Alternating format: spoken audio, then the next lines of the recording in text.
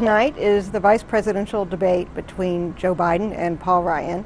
Normally, vice presidential debates are, by their very nature, second-tier events, but there's a little more excitement this year around this debate because of the great performance and somewhat by Mitt Romney and the somewhat lackluster performance by President Obama last week. One thing you want to watch for is for Joe Biden to really come out swinging and try to make up some of that ground that was lost by the president last week. So he's been very comfortable on the campaign trail with this sort of attack dog role, and he's an experienced debater. So I think he's going to try to really come out and try to score some points. Second thing to look for is how Paul Ryan does in this, his national debut on the debate stage.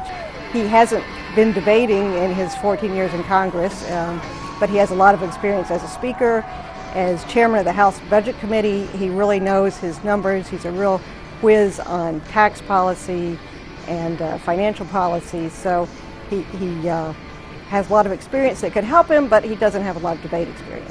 Another way to look at this debate is youth versus experience, because Ryan is much younger than Biden. He's 42, the same age as the vice president's younger son. Another thing to watch for and listen for is numbers. There are going to be a lot of numbers thrown around probably about the House budget plan that was written by Paul Ryan. Biden is sure to criticize the spending cuts and Medicare proposal and Social Security ideas put forth by Ryan as too extreme. These ideas are actually very popular with a lot of Republicans and conservatives that see him as an intellectual leader of the party on these issues. Now, one other interesting thing and sort of different thing to look for this time will be the moderator, because Jim Lehrer's laid-back approach in the first presidential debate was widely panned.